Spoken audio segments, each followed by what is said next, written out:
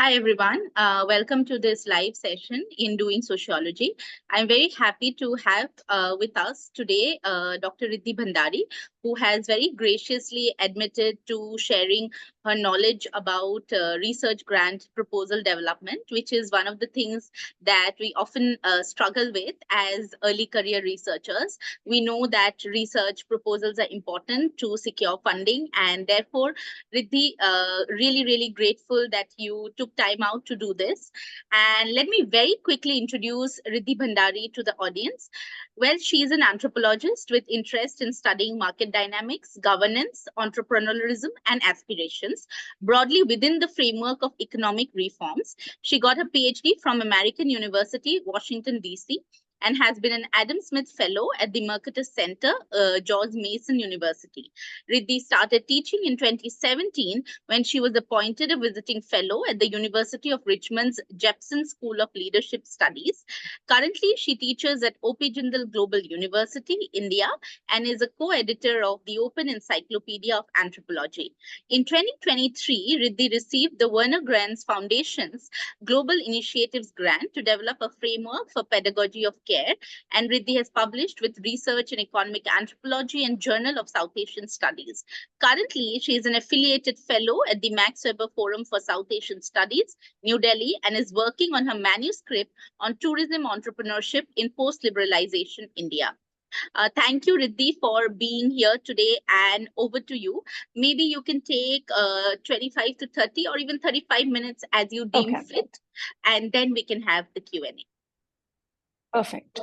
Thank you, Rituparna and Doing Sociology for having me here. And I think at the outset, I must say that a lot of what I share today sort of is driven by what I learned in grad school, where learning how to write research and grant proposals was an important part of your PhD training. But a lot of it also draws from my own personal experiences of having made lots of grant applications with a fair amount of failure and unsuccessful applications and few successful grant applications.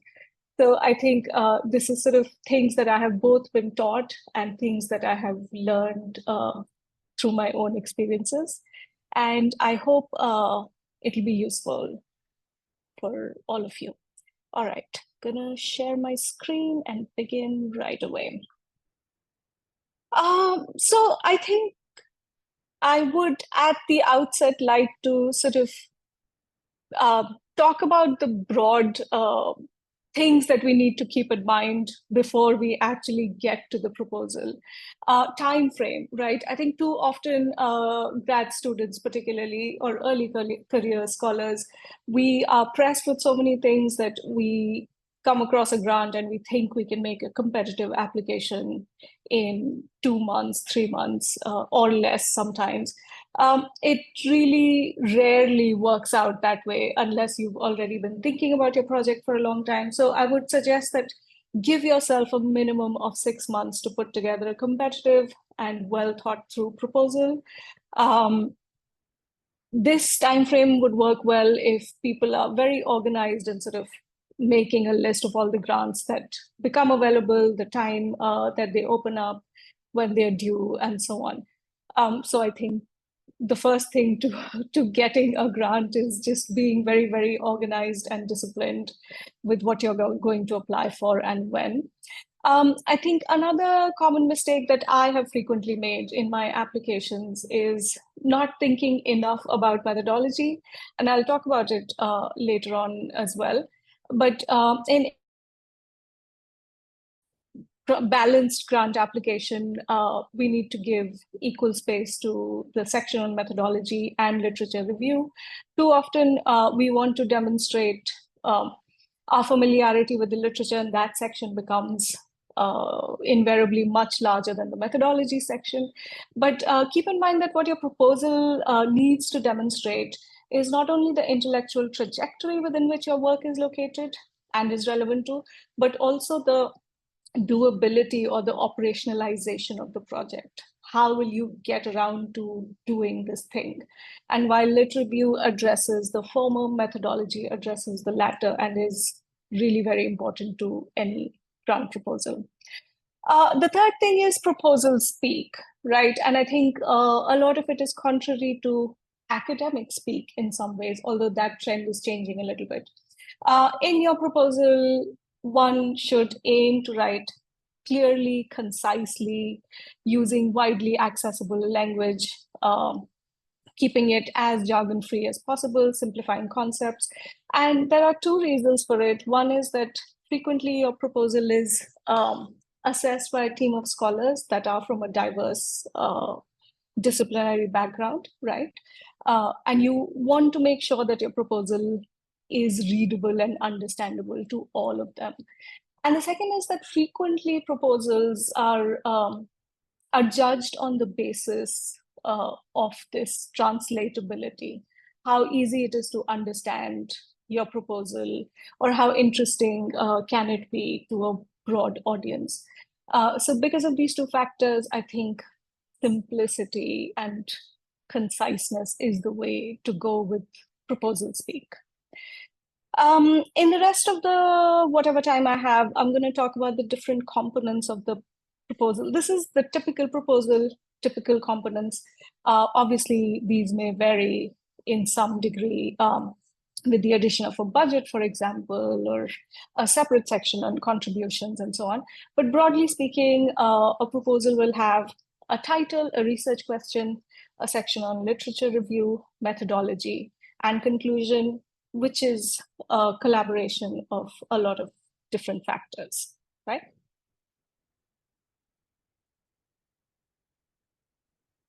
All right, so title, I think one of the most overlooked, but actually important parts of your proposal is your title. And aside from what we think of a title, that it needs to be catchy, comprehensive, speak to the research question, attract an audience, all of that is well and good. I'm not challenging that. But I think in my journey of writing proposals, I've realized that the title can be a very handy tool to let you know where your project actually is, right? So to check the synchronicity of what you're thinking and what you're saying, and how that translates into a short, nifty title, right? So one strong recommendation is to continuously revise your title as your proposal develops to reflect how it's developing. And it serves as a handy checklist to take stock of whether your proposal has clarity, whether it's coherent, whether it's easy to understand for a wide audience. All right.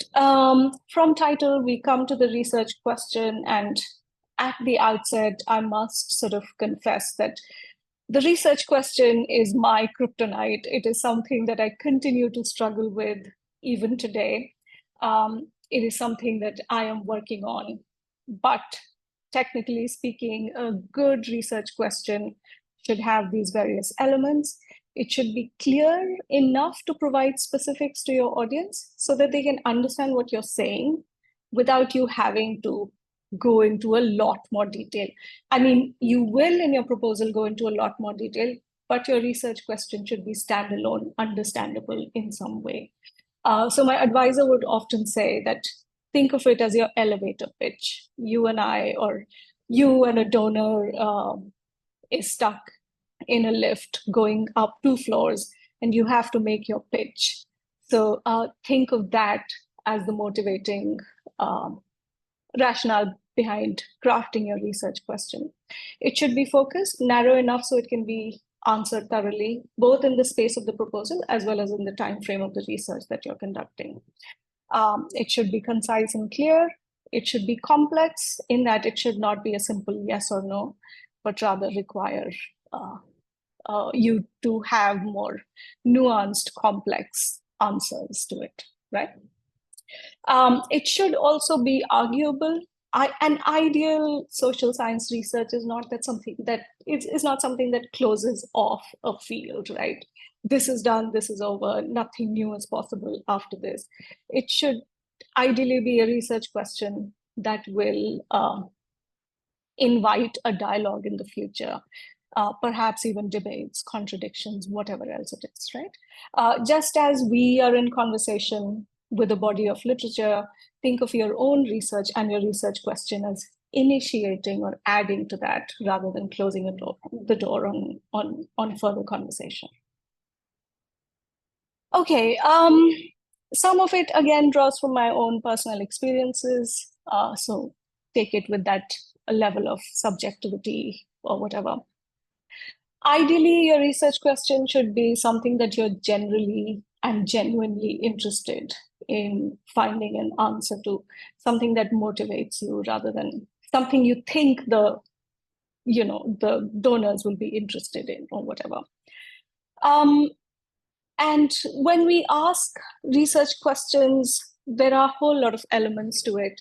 But I think for sociology and anthropology, continue to prioritize the how questions, because that is where the nuances, that is where the disciplinary interest is per se, right? Again, practice writing and revising your research question multiple times, just as we do with the title. And I think another thing that I remember from my advisor, who also taught us one seminar on writing grant proposals, was that often we think of research questions as this one bright idea that will come to you one day and that's it. But like a true economic anthropologist that she would always say that think of it as a labor. You are constantly working on it to construct it, finesse it, polish it. It is rarely, and it, in her words, should not be that one bright idea, but it should be a continuous incremental process, right?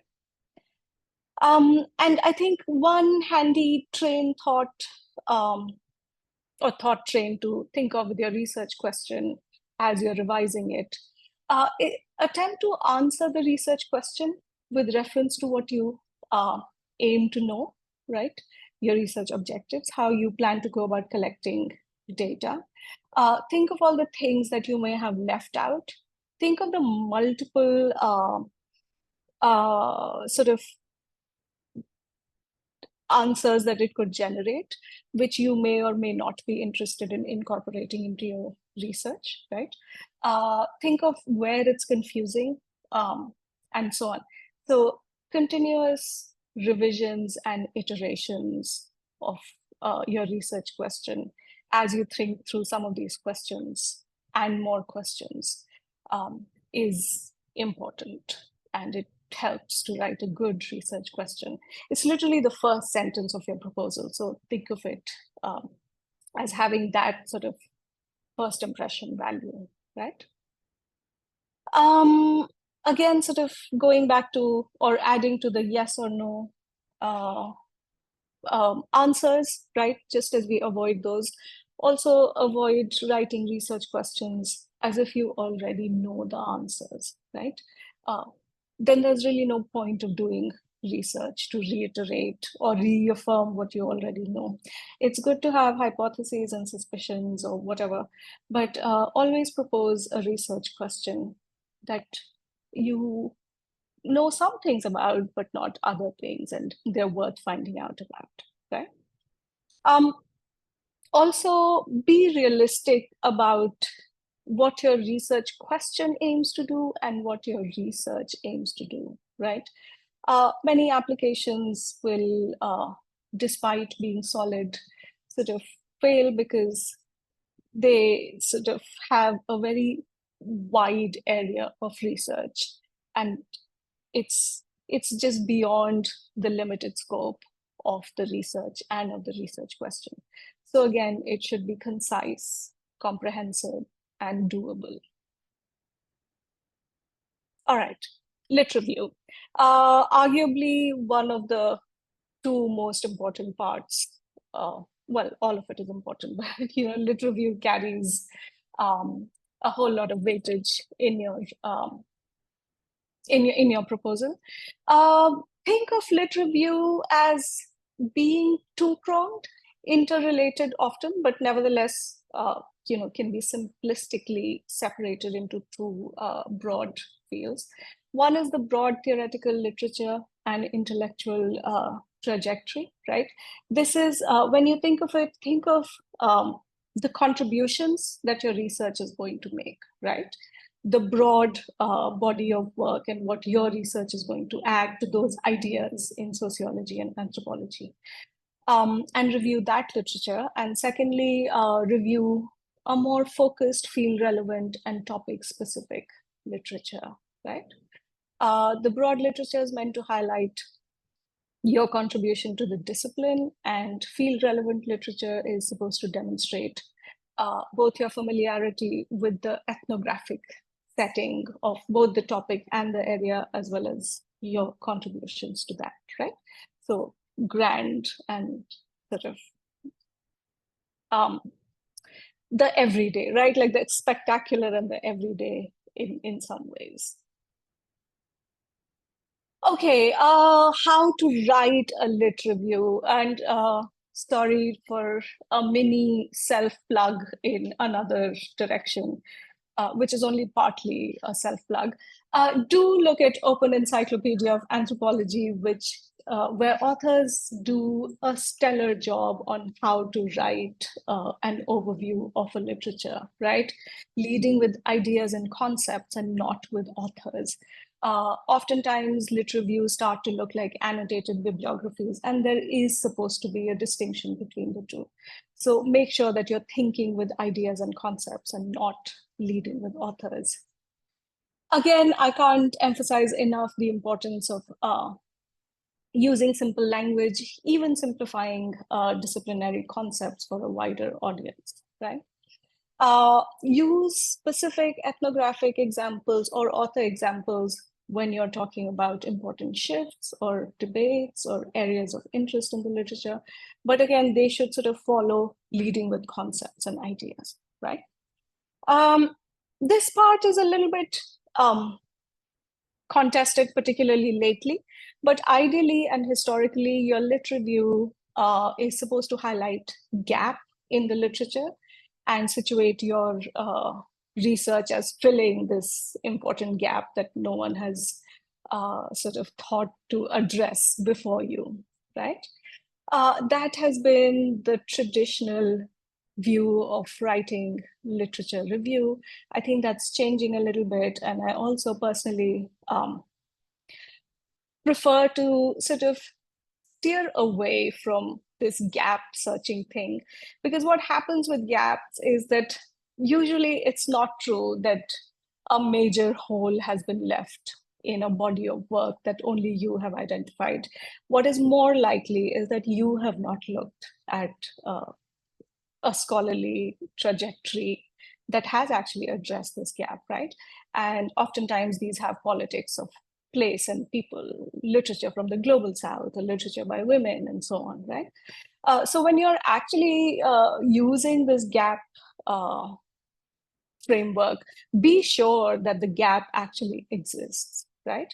I personally find it much more useful to think of it as in dialogue with the literature or following a certain trajectory, demonstrating solidarity, influence, and extending a conversation rather than, the much more confrontational gap framework.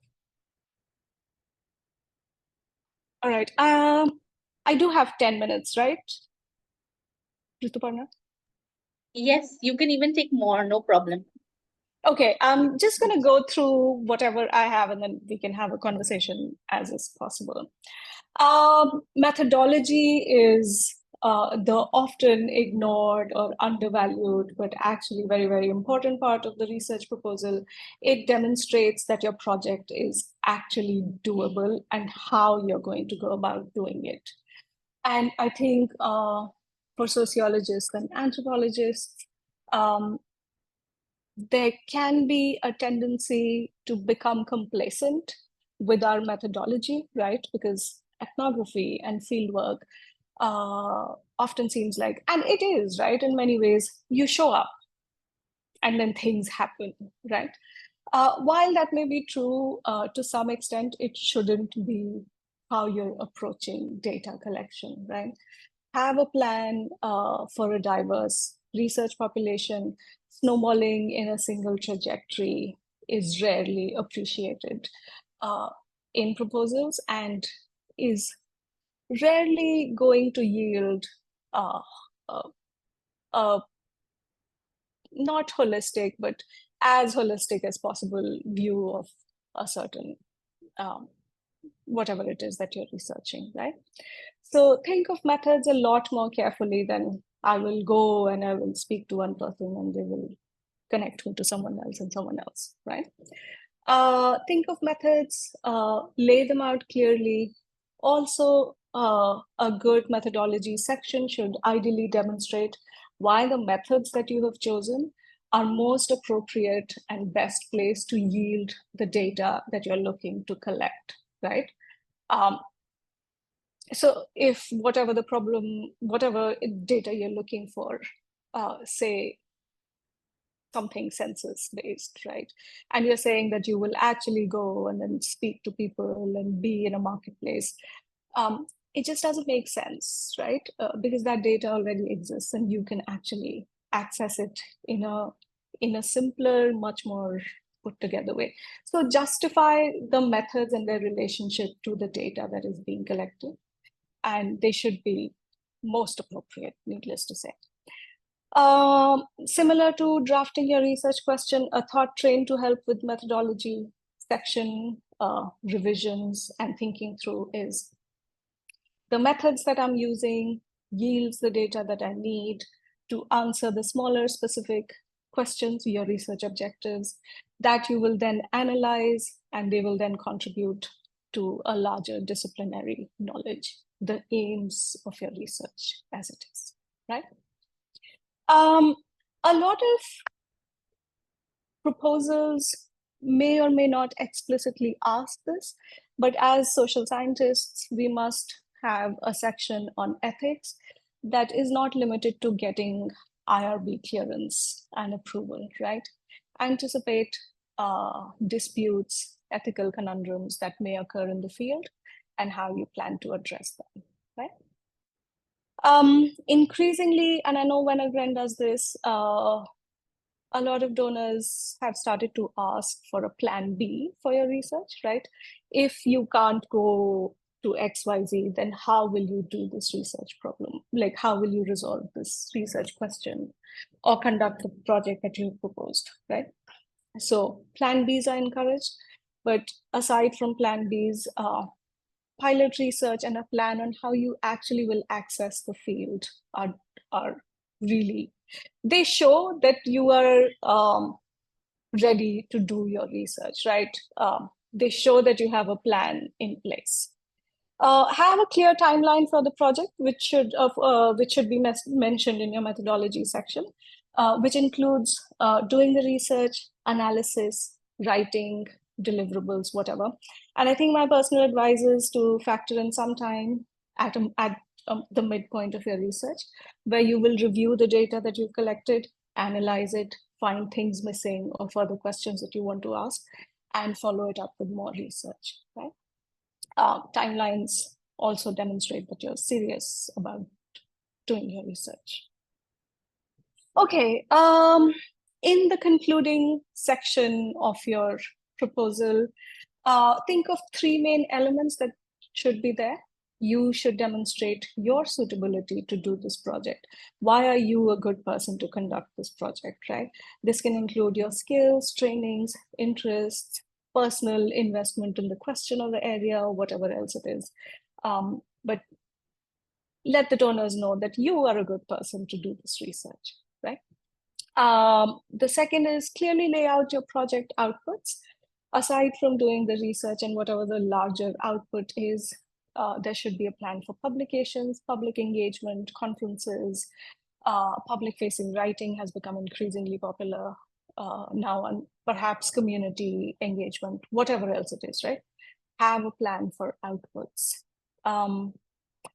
And again, reiterate in this, the third element, the anticipated contribution that your research will make to the discipline. After all, the research is being supported and funded, not only so that you can do your research, but so that the discipline can benefit from it in some ways, right? And in outlining these contributions, don't stay limited just to enhancing an area-specific knowledge as your only contribution, right? Like, we don't know about XYZ in India, and my research will do that. Think of something larger, think scalability, that there is research in this area, but it will also sort of address questions that are broader than that, right? Think of contributions in a larger way. Increasingly, I think it's also useful to connect your project to current affairs or things that are happening. So make what you will with this, but I will leave it here that increasingly research proposals have this component of being topical, of speaking to current affairs and events and so on, right? Which also brings us back to the output thing. If current affairs is one of the things that you are thinking of, then your output should also speak to, should have some, op-eds or something public facing, right? Not all research grant proposals will ask for a budget, but when they do, make a good budget. I think don't think of budget in the sense of, if I make a modest budget, I'm more likely to get money. Budget is rarely the parameter through which your research project is judged, your proposal is judged, right? So make the budget that you need. And needless to say, obviously, review all the specific websites and information appropriate for the grant. And sorry, Rituparna, the last slide. This is, I think some of it, well, most of it is my personal experience. I'm really not a fan of speaking to an audience. I think of the many proposals that have been unsuccessful, those that I have written for another audience and not for myself have definitely been unsuccessful. So write for yourself. The project should genuinely interest you. Otherwise, imagine getting all of this money and then it's a drag, right? Make sure that your project is doable, right? Getting a grant and then finding out that you actually can't access the field, or that no one is talking to you, or whatever else it is, the data is inaccessible, that's a bad look. So make sure that the project is actually doable. Novel project versus modest incremental knowledge addition project is a thing we often think about. We want to do something radical, cutting edge, unique. Sometimes those projects will get funding because they also do add to knowledge about an area that's unheard of. Say North Korea, for example, right? But what gets steady support are projects that are realistic and are incrementally adding to an existing body of work and to the discipline, right? So don't think just because your project is modest, it's not going to get funding. Grant applications are a frustrating process. There are lots of factors that impact what applications will be successful and which not. Not all of these are in your control. So do what you can in terms of putting together a good proposal. However, wherever possible, in the event that your project is not successful, do ask the reviewers for comments and feedback so that you know what to do in the future to make this a successful project, right? And last but not the least, big grants and big donor agencies are attractive. They look really good, and they are really good, right? It's validation in a different way. But often what sustains us are smaller grants, right? They're also a lot more intimate, a lot more accessible, a lot more understanding and empathetic to the work you're doing and the difficulties you may face. So my recommendation is, when you're putting together a list of donor agencies or grant applications that you're going to make, it should be a healthy mix of some big grants as well as smaller grants to support different phases of your research and parts of it, right? Cobbling together research support is not a bad idea. All right, that's it from me. Thank you. Thank you. Thank you so much, Riddhi. I think you have given a very comprehensive overview in terms of how to write a proposal and the process of, getting a research proposal done. There's one question in the chat box which I'll, ask you to address, and then maybe also go through some other questions. I have a question of mine as well to ask you, but I'll ask Okay. at the end. Okay, so can you please explain the research questions example using a topic from a social science discipline?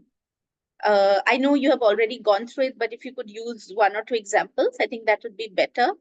And how does one design methodology and literature review in interdisciplinary research topics? How do you manage the appropriate proportions of each discipline? Both great questions. Let me address the interdisciplinary lit review and methodology first. I think mixed methods as well as interdisciplinarity is here to stay and is increasingly becoming the norm. So if yours is an interdisciplinary mixed method research, say so clearly. Think of literature not in terms of disciplines, right? Don't think of dividing them in terms of discipline, as in I need to have 2 paras for anthropology and 3 for political science. Think of literature that is most relevant to your research, right? And prioritizing it in those ways. And I think it doesn't, again, lead with the concepts and ideas rather than with authors. Perhaps we can extend that to say, lead with concepts and ideas and not with disciplines, right?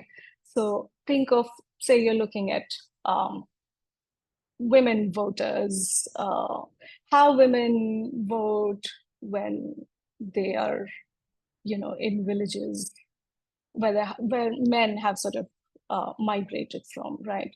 Do they vote in ways that are much more independent rather than relying on male decisions? That's sort of a research question that will draw from a whole lot of disciplines, definitely political science and anthropology, sociology. So think of factors that we know traditionally impact women's voting patterns and decision making. Literature, if we know of how women behave or act similarly or differently when men have, are no longer there for steady periods of time, right? So again, breaking it up in terms of concepts rather than disciplines or authors.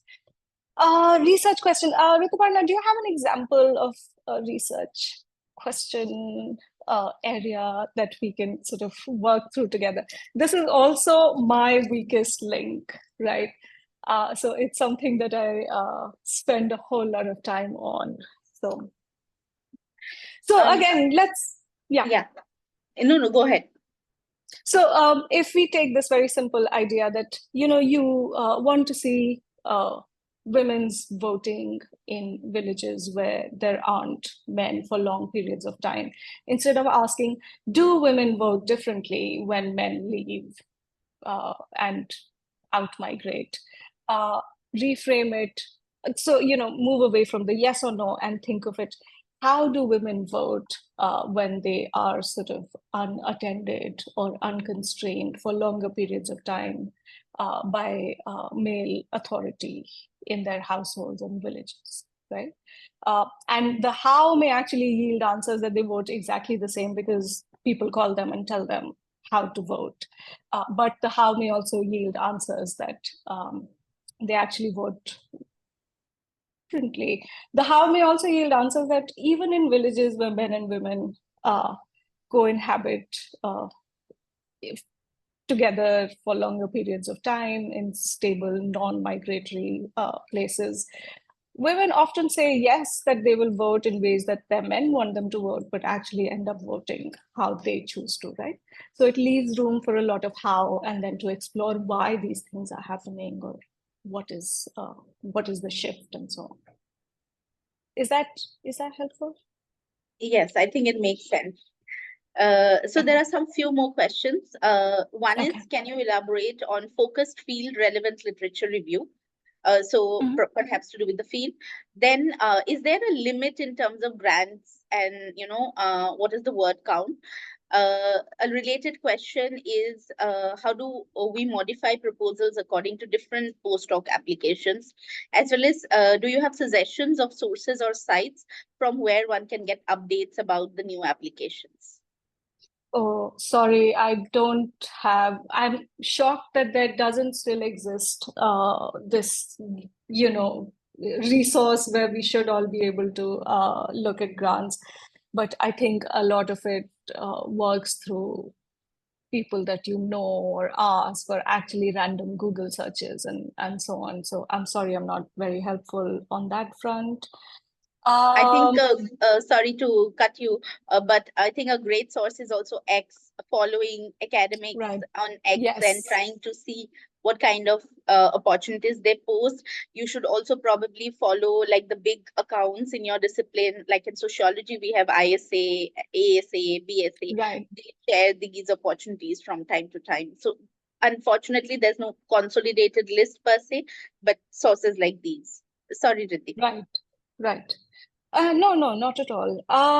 Word limit or something is another question. Again, see, this will vary from grant application to grant application. So this is something that you will need to modify. I know that Venegren and a couple of others have a pretty extensive grant proposal, almost like 3,000 words for a section on lit review, another 3,000 on methodology, uh, and so on, right? So I think of it.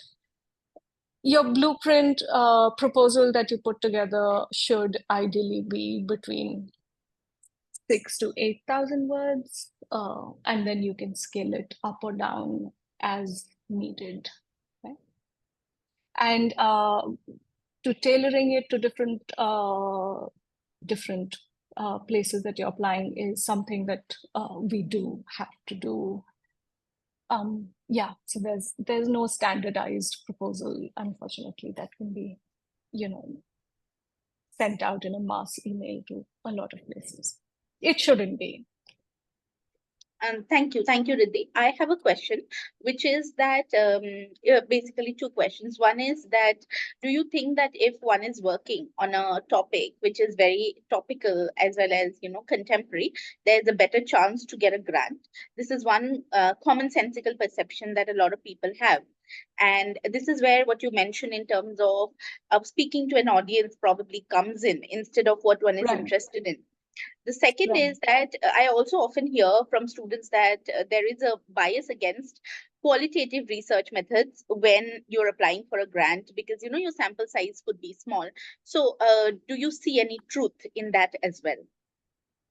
right. Um, so the sample size and qualitative research, right? It depends on the grants that you're actually applying for. If you apply for sort of grants that are broadly discipline specific, more or less, right? Sociology and anthropology will go together, and a few other things. Then this is usually not a problem. However, qualitative research and a small sample still needs to be a robust sample, right? So going back to that slide on methodology, and that methods must be able to yield the data that you need to answer your research question is something you need to think through. And if you're just going to speak to 5 people, it's that section that you need to justify why 5 people, why these 5 people, and why 5 people, right? But that is something that you will have to do even if you have 150 people, right? Just because you have 150 people, it doesn't mean that you have a robust research design, right? So yeah, I think we think of more in terms of quantity, but I often encourage my students, to think of more also in terms of quality and depth, right? What is the depth of knowledge that your selected sample size will yield? For research grants that are open to a lot of disciplines, I won't be surprised if there is some sort of a undervaluing of qualitative research designs. But again, given that that exists, if you can, make your methodology section really strong and convincing, then I don't see how that should stand in your way, right? Sorry, Rituparna, I forgot the first question that you asked. It was about the topicality and the contemporary. Oh yeah, yeah. So two things. One is your research is not limited to putting together a proposal that gets selected and gets funded, right? It is a research that you have to do. So hence it is in your own interest and it's in the interest of the research to do a research that you're genuinely interested in rather than speaking only to an audience. I think this is a common perception that topical research will get you more funding. But I haven't personally found that to be true.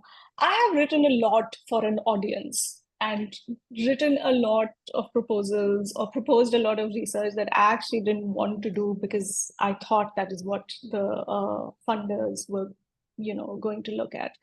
And I think the fact that I didn't really want to do it showed through the proposal and they were not successful. I think when donor agencies and grantors are looking for topical research, they'll specify the topics, right? So we have a lot of times there is this big open grant and then sometimes you have like specified fields, right? So I don't think that is something that actually works in practice. That's my personal opinion. Yeah. Right. Yeah, and I think there's the last question, which sort of you've already answered: how to explore research interest in areas, how to know the latest trends and opportunities in sociology or any other discipline. I think what you say in terms of that we have to read and then know is probably the way out. There's no other shortcut. But if you want to add anything to it, last words. Last words is that there is a huge gap between your research area and interest and the research question. This I'm talking from like personal experiences of always identifying a good research area, but being pretty terrible at zeroing in on a research question. So translating your broad research interests and area into a research question is where a lot of time should be spent, right? As tiresome labor, hence the recommended 6 months. Because every time you rethink you sort of zero in or narrow down your research interest and area into a research question, you have to read around it and make sure that it is actually a research worth doing, and then think through other thought steps. So yeah, aside from reading everything, it's a skill to translate your research interest to a research question. And I think early career scholars would do well to spend a lot of time on this phase. Yeah, I think reading is the start to writing. We often forget that. So thank you for highlighting, and thank you for the session. To everyone who has joined, we will upload the video on our blog pretty soon, so you can check it out if you want to rehash any point. Thank you so much, Riddhi, once again for joining and doing this. Thank you. Thank you, everyone, for being here on a Wednesday evening. Yeah, thank you. Thank you all. Bye.